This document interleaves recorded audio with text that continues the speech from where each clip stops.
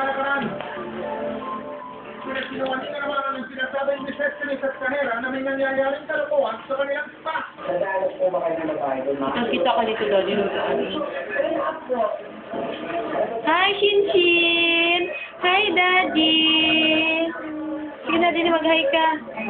Hi, Shinshin! Hi, Daddy! Mga babaeng na tuwang nakahubad. Ito siya sa'yo. Nagdalos daw po kayo ng extra service ng mga babae sa mga customer. Kinabukasan, formal ng sinampaan ng kaso ang mga empleyado ng spa at mga babae na huli Siya, Daddy, kikis daw siya sa'yo. Inasuso ko na human trafficking. Kung mapapatunayan ko na 26 na taon mo. Yan. Hi, smile. Beautiful eyes, baby. Beautiful eyes. Oh, nguso. Nguso bunso. Ang prostitution. Ilang buwan hanggang 4 na taon.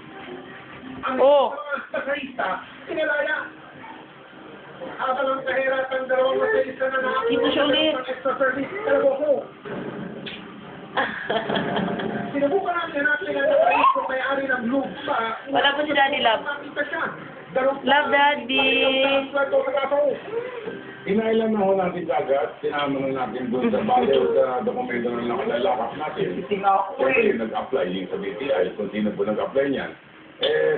At large po nga lang, pinailan na ho tawag natin at large. Ang amoy ng illegal na gawain, mukhang sumisigaw, umaaling-asaw. Bihisan malakad na. Dilitaw at dilitaw rin ang nabubulok nitong itsura.